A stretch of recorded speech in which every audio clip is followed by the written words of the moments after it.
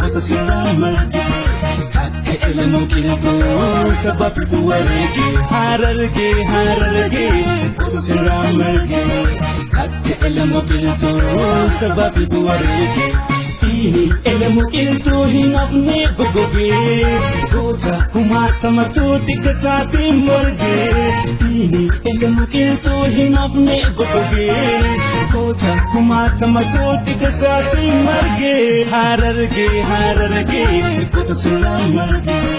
Akka elemu iltu sabafi warrege Hararge kota sirraa marge Jimata kumata matu sikesa asmarge Senatu dubbata Chare tiroleti Isan dhukasame Lukas miturati Senasa bekamtu Hoggu yaadatamti Fakki kabsaawota Jina jimotati Senatu dubbata Chare tiroleti Isan dhukasame Lukas miturati Senasa bekamtu Hoggu yaadatamti Fakki kabsaawota Jina jimotati Jarraba gatatu tokaf sawota Sabona oromo farrero riskota Kanani fisatu ilan tarkamfate Sabasati jee karasa kutate Hin ilan fatamtu hoggu senan isa Nakuma sakofa dina rifachisa Kapsawa yodu is kapson itifufti Hanga bakang desu yawaga panoiti Yawata kulama koto wanoromo Kaning kapsok kufan kambong susang komo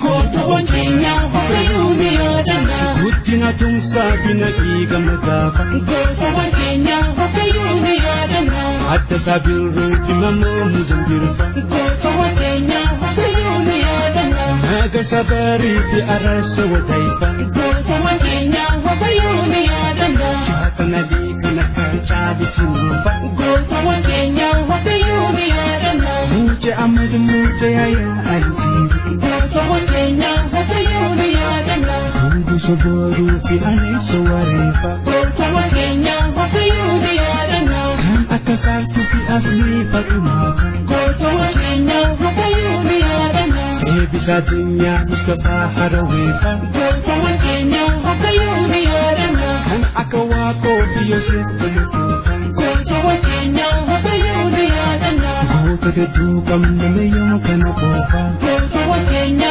wakayumi adana Koto wangenya wakayumi adana Koto wangenya wakayumi adana